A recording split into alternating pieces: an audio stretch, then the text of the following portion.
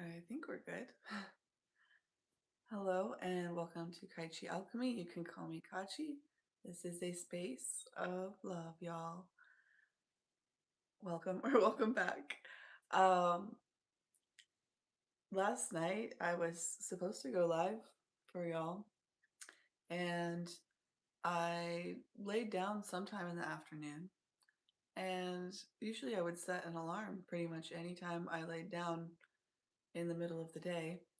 But it was my day off, so I figured it was safe to do. And apparently not. Um, I recently heard that my friend slept through his shift.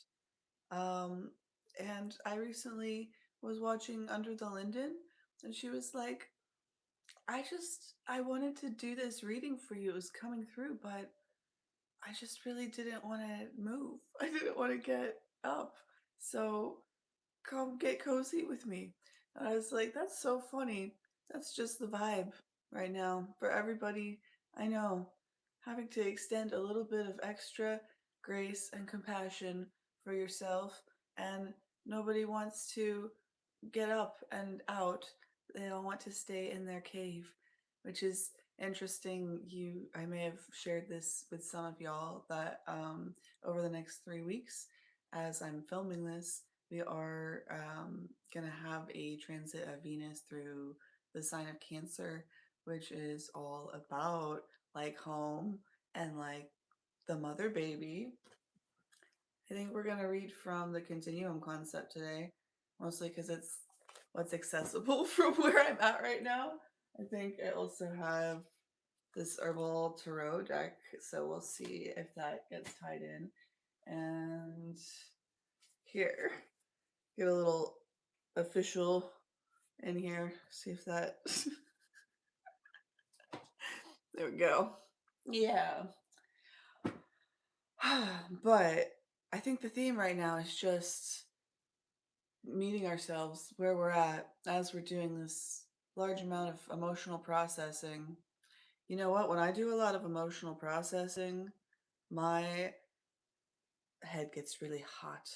So if I get overheated and I can't think about the words, you know, that might become an issue. Especially since it's just been a very, very, very weird week for everybody. You know what? Oh, hello, Minnie. I often hear that I look like people's relatives. I I feel a lot more connected to relatives and to ancestors, I feel, than the people actually here. Oftentimes when I am in a room, almost every time when I'm in a room with people that know me, that expect me, that, you know, um, I'll just be standing there, I'll walk in the room, and they'll get really freaked out of nowhere. They're like, "Where'd you come from?" I need little bells on my ankles, like a cat.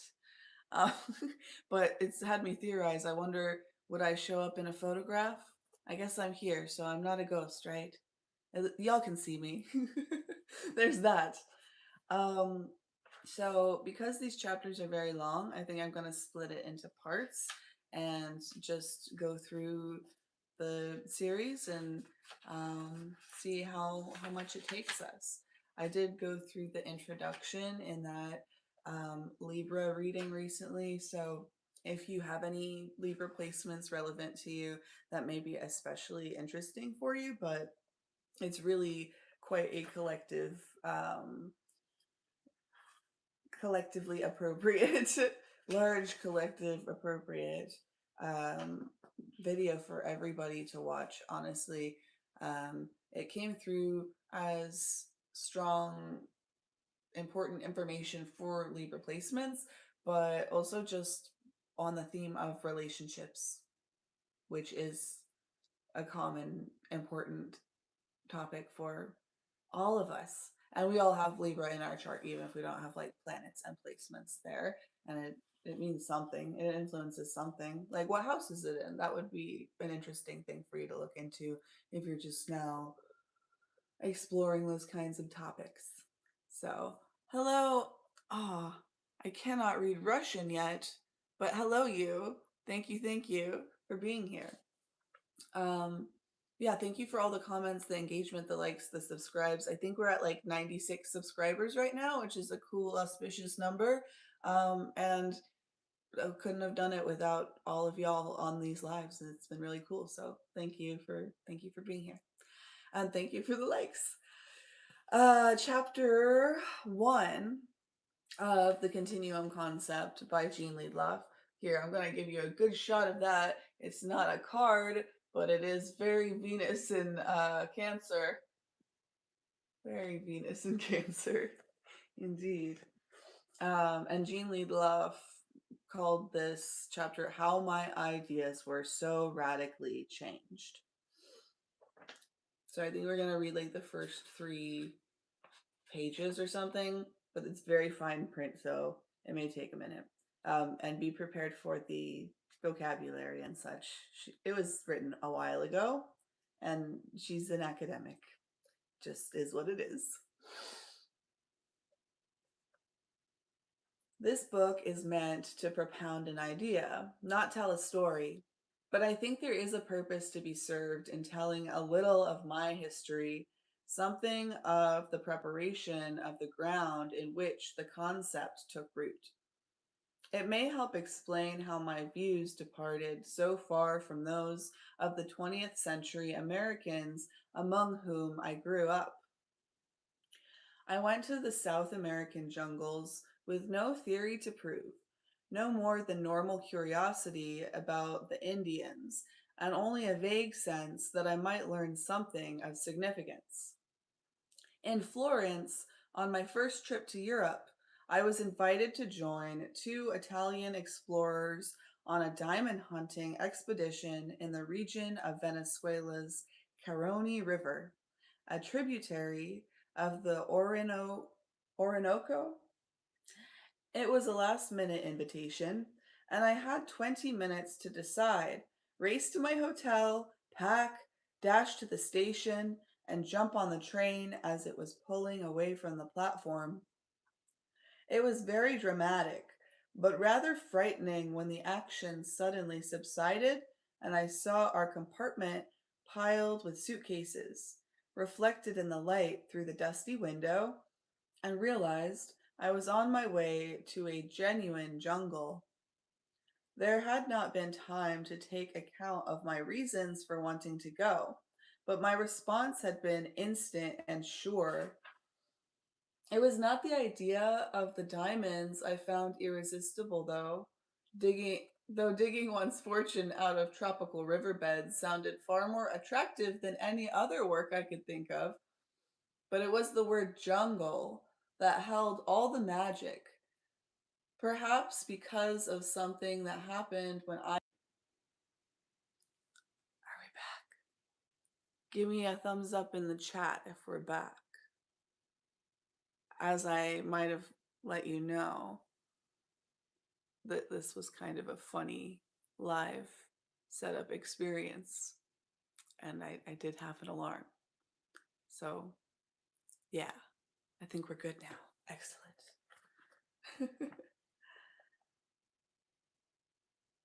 Digging one's fortune out of tropical riverbeds sounded far more attractive than any other work I could think of. It was the word jungle that held all the magic, perhaps because of something that happened when I was a child. It was when I was 8, and it seems to have great importance. I still think of it as an experience of value, but like most such moments of enlightenment, it gave a glimpse of the existence of an order without revealing its construction or how one could sustain a view of it in the muddle of day-to-day living. Most disappointing of all, the conviction that I had seen the elusive truth at last did little or nothing guiding my footsteps through the muddle. The brief vision was too fragile to survive the trip back to applicability. Although it had to contend with all my mundane motivations, and most disastrously, with the power of habit. Perhaps it is worth mentioning, for it was a hint of that sense of rightness, for want of a less clumsy phrase, the search for which this book is about. The incident happened during a nature walk in the Maine woods where I was at summer camp. I was the last in line. I had fallen back a bit and was hurrying to catch up when, through the trees, I saw a glade. It had a lush fir tree at the far side and a knoll in the center covered in bright, almost luminous green moss. The rays of the afternoon sun slanted against the blue-black green of the pine forest. The little roof of visible sky was perfectly blue. The whole picture had a completeness, an all-there quality of such dense power that it stopped me in my tracks. I went to the edge and then, softly, as though into a magical or holy place, to the center, where I sat, then lay down with my cheek against the freshness of the moss. It is here, I thought, that I felt the anxiety that colored my life fall away. This, at last, was where things were as they ought to be. Everything was in its place. The tree, the earth underneath, the rock, the moss. In autumn, it would be right. In winter, under the snow, it would be perfect in its winteriness. Spring would come again, and miracle within miracle would unfold, each at its special pace, some things having died off, some sprouting in their first spring, but all of equal and utter rightness. I felt I had discovered the missing center of things, the key to rightness itself, and must hold on to this knowledge which was so clear in that place. I was tempted for a moment to take a scrap of moss away with me, to keep as a reminder, but a rather grown-up thought prevented me. I suddenly feared that in treasuring an amulet of moss, I might lose the real prize, the insight I had had, that I might think my vision safe as long as I kept the moss, only to find one day that I had nothing but a pinch of dead vegetation. So I took nothing, but promised myself I would remember the Glade every night before going to sleep, and in that way never be far from its stabilizing power. I knew, even at 8, that the confusion of values thrust upon me by parents, teachers, other children, nannies, camp counselors, and others would only worsen as I grew up. The years would add complications and steer me into more and more impenetrable tangles of rights and wrongs, desirables and undesirables. I had already seen enough to know that. But if I could keep the Glade with me, I thought I would never get lost. That night in my camp bed, I brought the Glade to mind and was filled with a sense of thankfulness and renewed my vow to preserve my vision, and for years its quality was undiminished as I saw the knoll, the fur, the light, the wholeness in my mind every night.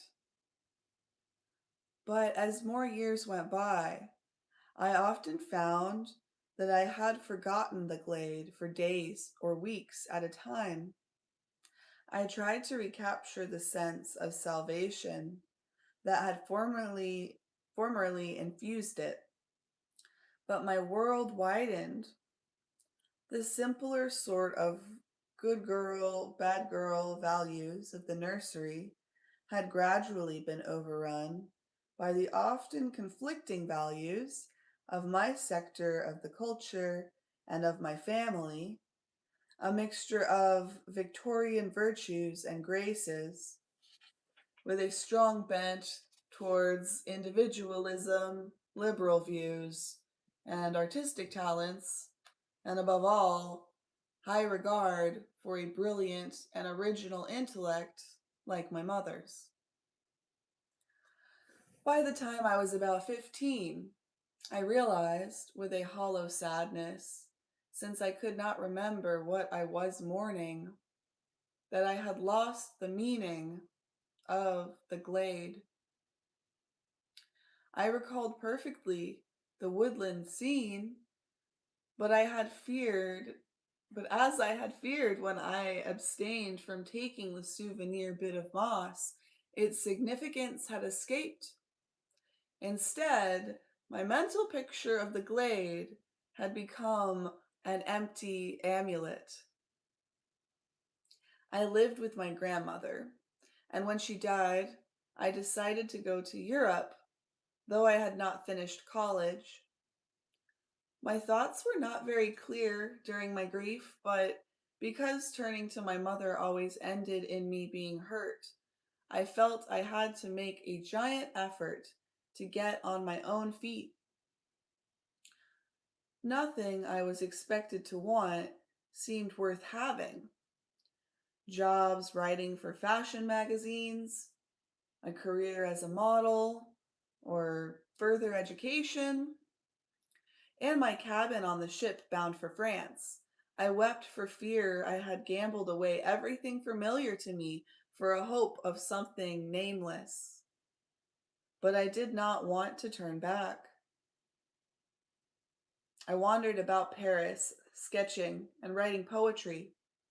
I was offered a job as a model at Dior, but did not take it. I had connections on French Vogue, but did not use them except for occasional modeling jobs that entailed no commitment. But I felt more at home in that foreign country than I had ever in my native New York. I felt that I was on the right track, but I still could not have said what I was looking for. In the summer, I went to Italy, first to Venice, and then, after a visit to a villa in the Lombard countryside, to Florence. There, I met two young Italians who invited me to South America to hunt for diamonds.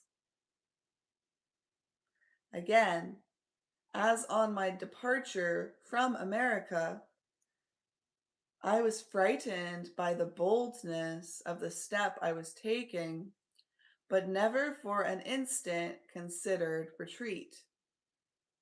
When at last the expedition began, after many preparations and delays, we traveled up the Carcupi River, a small unexplored tributary of the Caroni. In a month, we made considerable headway upriver in spite of the obstacles, mainly trees fallen across the water, through which we had to cut a passage for the canoe with axes and machetes, or waterfalls, or rapids over which we portaged about a ton of material with the help of two Indians. The little river had halved in volume by the time we made a base camp to explore some tributary streamlets.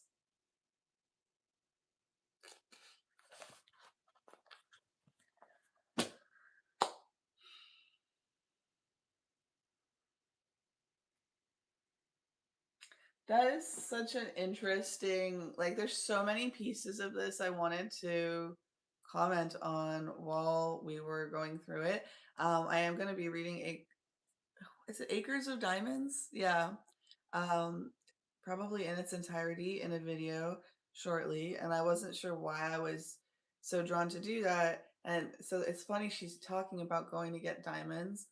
Um, and she keeps referring to this space from her childhood that inspired her to go on this expedition in the first place as the Glade, which is always what Anastasia tends to refer to her home as. Um, and this was very much a story kind of setting up the meaning of the rest of the book. And it felt very Venus in Cancer, um, like story time, and being in bed and closing your eyes before you go to bed every night and imagining the glade. And the glade, no matter what part of the world it is in, no matter what time of year it is perfect in its winteriness, and is perfect in the fertility and the liveliness of its spring. It is perfect in the heat and the stillness of its summer. It is perfect in every form. And that was kind of the inspiration, was understanding the many expressions of perfection and health and harmony that you only find in nature. Anywhere else it's right and wrong and good and bad. I think that's often the meaning of like the apple and humanity finding good and evil and knowing good and evil, because good and evil is kind of subjective, and we didn't used to judge. That is for the gods, and that is when we became gods and when we started to think of ourselves as gods, and it changed things a lot, for perhaps good, for perhaps bad. But it's kind of where we started falling away from nature and struggling to produce food and birthing children in pain. And it's not that we're trying to get back to some perfect place, but it's that we're trying to remember the glade. And it's not about a specific image. It's not about Anastasia's glade. It's not about Jean's glade. It's not about your part of the world. It's not about the things that inspire you. They all have that common thread of a space of nature. Nature's where we all fit and we all belong. And there are times of growth and expansion and expression, and there are times of falling back and becoming part of the soil, that we might think of as negative. But if we remember our relationship and our connection to nature and like the meaning behind all of that, that's what makes you immortal, is when you remember your true identity as part of a system that will never end. It'll change, the face of it will change constantly, and you're just a piece of that. You're just a mask. You're just a moment in time. You're just a point in time. You're just a speck of dust in time, expressing the the same light that holds us all together, that ties us all together. And when we remember that, that toroidal field, that rose that connects all of us, that's where you're able to become like a god in that you transcend fear because you're not so attached to your ego identity and to your mask. And so you no longer fear death and destruction um, in the same way that you used to, like humiliation, having to start over, making a mistake, um, getting sick or injured, or like those are still considerations that you have on a logical level, but you're able to see it from a much more balanced place because you're not purely acting out of this reptilian, instinctual, immediate patterning. You can see things from a higher perspective. And so, yeah, you can take care of your body, you can take care of your ego, you can protect yourself, but not at the expense of your higher values. And that's how you become a principled person who's able to take responsibility for themselves in a way where you can have trust in yourself, you can have respect for yourself. And that changes the way that you move through the world and the way that you're able to treat others and help others. And hello, Black Cat's father. I'm doing well. I mean, clearly I'm feeling the week that we're having, just like many of you, but and in Texas right now we have all extreme rain and high heat temperatures all week for the next 10 days forecasted. I don't know if that's gonna stick around, but that's kind of the vibe right now. It's just like hiding in the cave and waiting for it to be over. But it's not bad, it's just processing. And rain is good, you know what I mean? Okay, so after all of my rambling about the Glade, really the point was I want all of y'all to, if you feel resonant with this message and you feel called to, I would recommend that every night before you go to bed, um, you put yourself into that space, whatever the Glade is for you. It might have like a waterfall and moss and trees and a blue sky.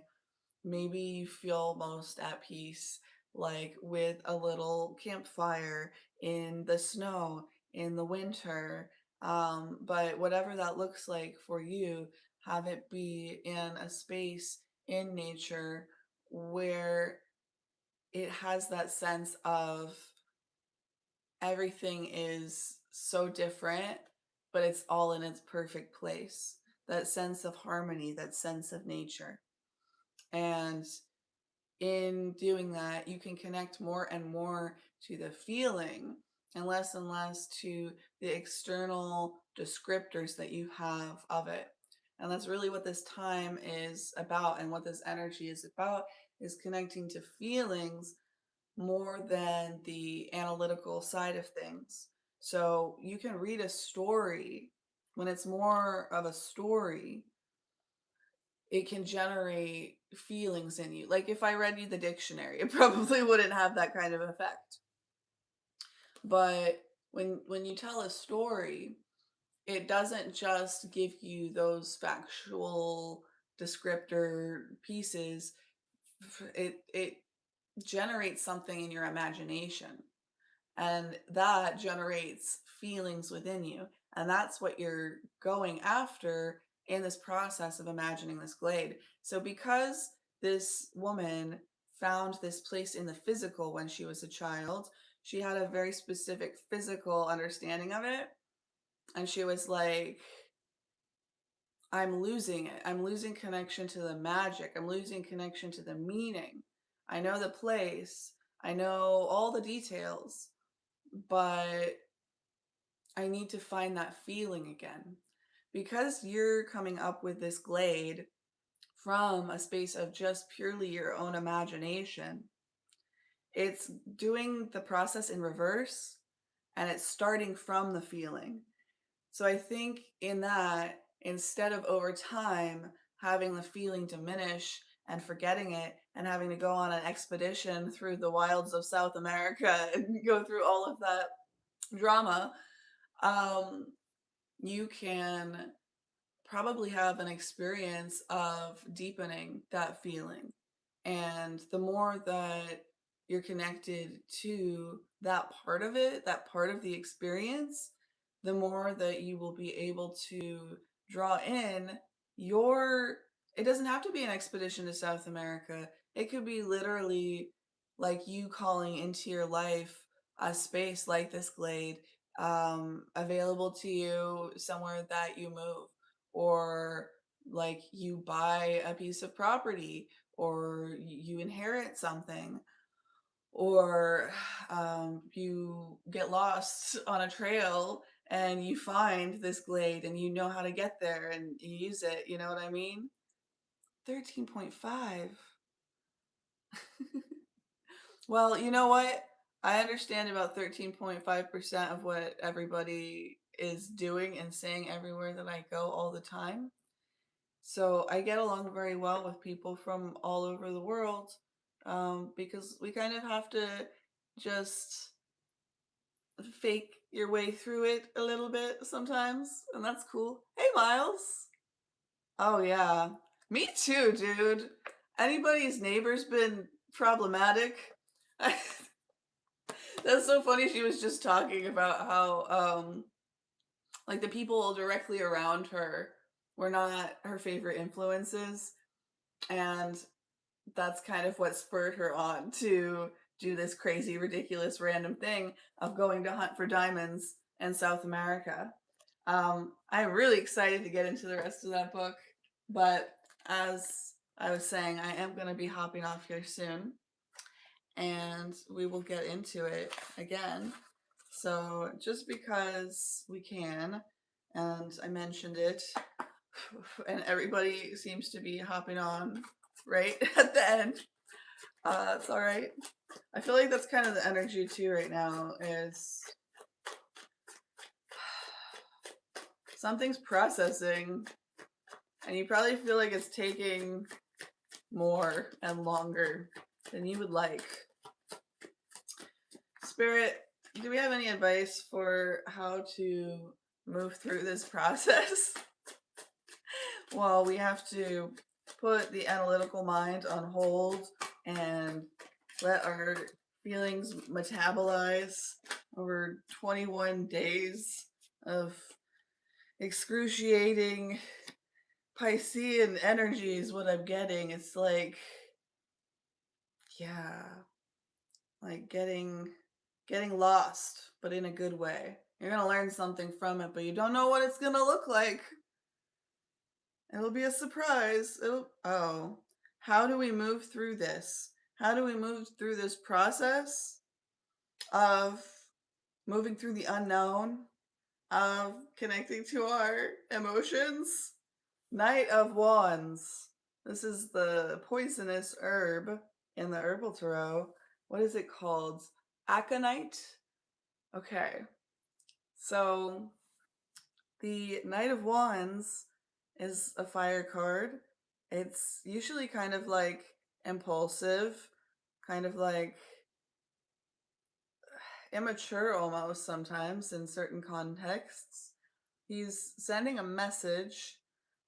He has like a message of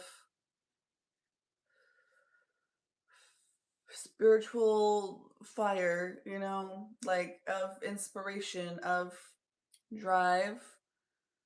Okay. So I guess it's like hyping yourself up. um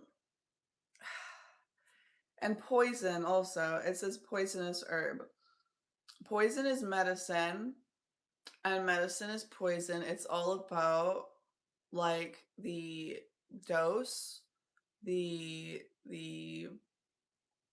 potency, the timing, right?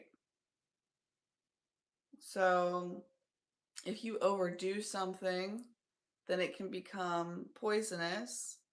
But just because it can become poisonous in excess, like the Knight of Wands often can be, the Knight of Wands in excess is kind of like the addicted lover archetype. It's like the little boy who was never told no, and he's just off running, chasing after some kind of fiery, exciting experience. But when you alchemize that issue, when you tell your little boy no, when you learn how to kind of titrate and temperance this energy, it can be very useful. And you know what that's giving me is kind of like the strength card. The the little girl who's like working with this lion, with this big dangerous beast, and they have more power together than they have individually, even though there's a certain strength in the ferocity and the intensity of the beast, and there's a certain strength in the softness and the sweetness of the little girl. It's when they learn to come into harmony and like into that yin yang relationship where they become something more than the sum of its parts. So there's a lot of disdain a lot of people have for the Knight of Wands energy, but it's because people have allowed it to get out of control and out of hand. And so if you want to mm, if you want to alchemize that energy and be able to utilize it in a positive, productive, healthy way, could we get some advice on how to do that? If we're moving through this fire and this fog and we're cozying up with our stuffed animals and our blankets and our mother around a fire.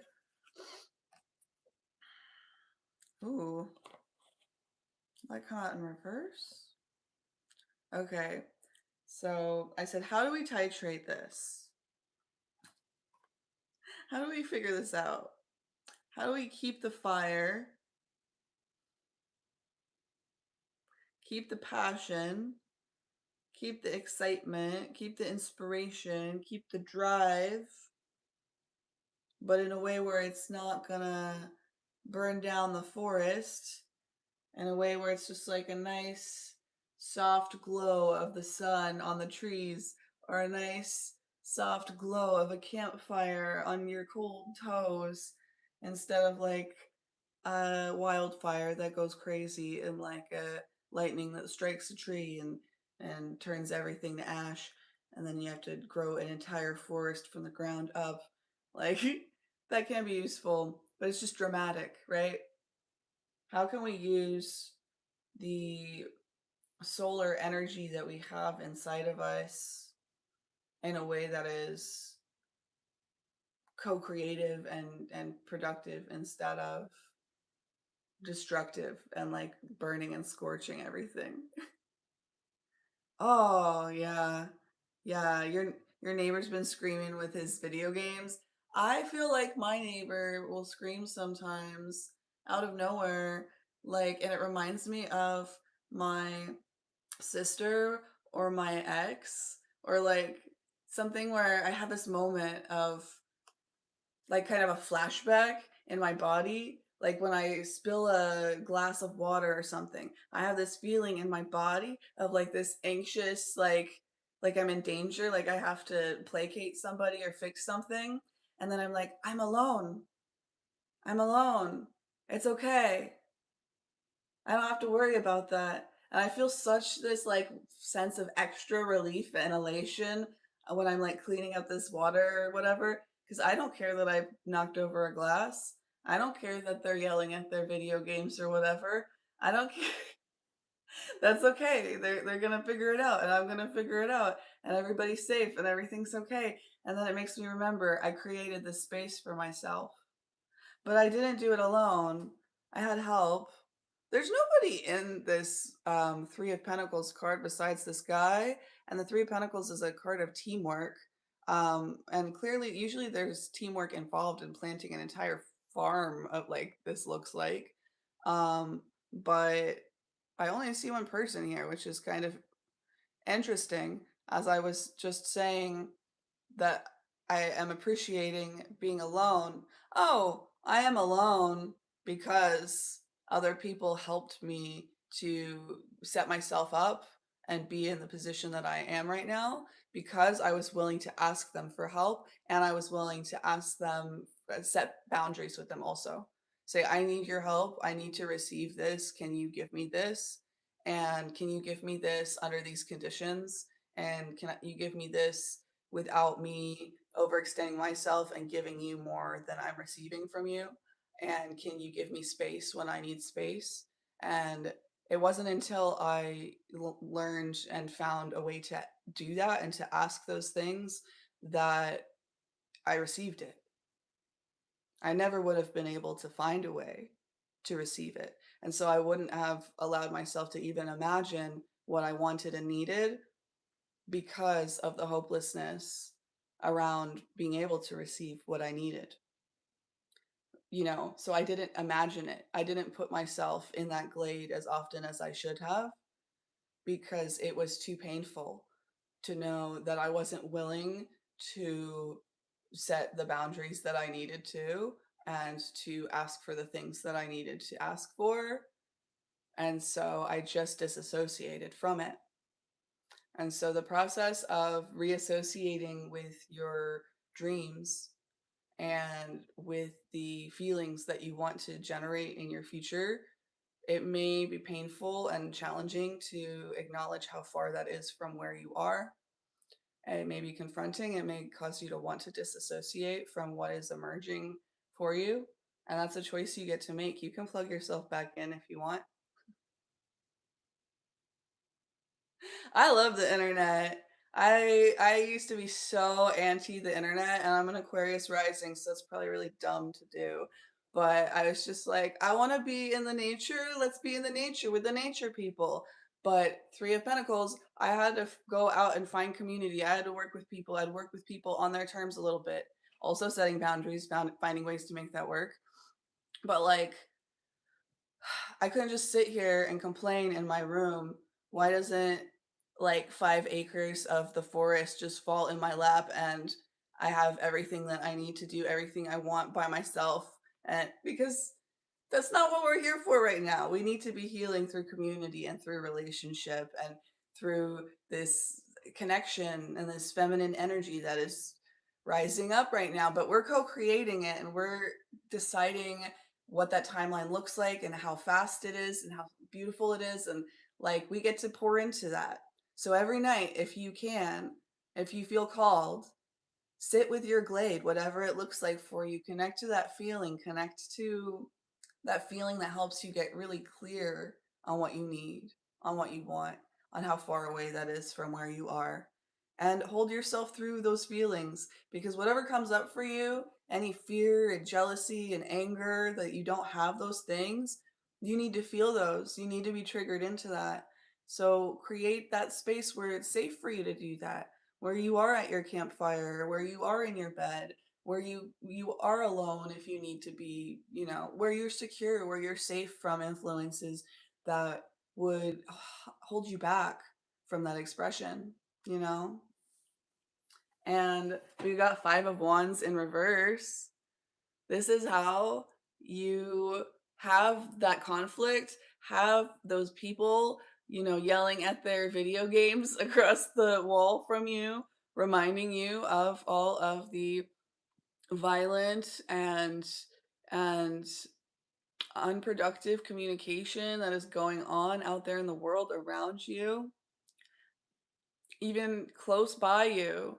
Maybe it's right in front of your face. Maybe there's people like a couple fighting in the aisle at the grocery store and they're right there and you have to deal with that energy.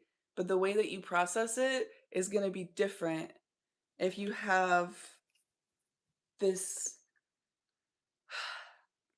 grounding, this connection to the glade, to the inspiration that it gives you, to the patience and the drive to connect to the right things and to set boundaries with the wrong things as you feel it. That's what's going to free you of this energy. It's not going to go away. There's probably going to still be lots of nonsense going on, maybe forever, maybe for a while. But the way that it impacts you is going to change over time, especially if you utilize these practices that are being recommended to you right now. So I see that we're at 45:35 on the clock. I want to thank y'all for joining me today. Thank you for all those likes, shares, subscribes, etc. I probably will be on later tonight, but again, we're going with the flow right now. Less words, more feelings. Figure it out as we go. Be patient with yourself. Every time that you're like really hard on yourself for whatever reason, or maybe even really hard on somebody else that's being annoying, imagine that person or yourself as a little tiny child. And I know this won't help everybody because maybe you're an ass, but if it was a little tiny child feeling that, saying that, doing that, how would you respond? Would you be that harsh and unproductive and insensitive with them? Or would you help them? Would you hold them through those feelings? Would you find ways to support them through that? If you're already really good at taking care of other people in that way, I would suggest that you really focus in on learning how to treat yourself that way. And as I've told my mother and I've seen it play out in a pretty beautiful way and other people in my life, like you have this skill set. Use it. Use it. Use it. And it's such a beautiful thing to see people realize that the power that they always felt like they needed other people to give them, they've literally always had it and they've been exercising it and they know it in themselves. They just didn't see it in the right perspective or use it in the right way. And it's simple. It's not easy to fix, but that's more because of our own resistance, not because it's really difficult, not because it's complicated. Whatever works. Sometimes we need that. Sometimes we need a fire ritual. Sometimes we need to imagine people going through things that they need. I I am not beyond once in a while feeling like certain people need a full-on little clockwork orange moment, if you know what I mean. But that's just part of the process. We gotta not reject any part of our subconscious, you know? We might not like some of the things that we find, or it may be hard or sketchy, or some other people might not understand it. Maybe make a safe place for yourself to not judge it and to process it in that way where you treat yourself like a little child. If a little child told you something like that, if a little child said something violent, you might be a little bit concerned, but you probably wouldn't meet that with insensitivity and violent communication and you just keep an eye on it and you'd ask them questions about it, right?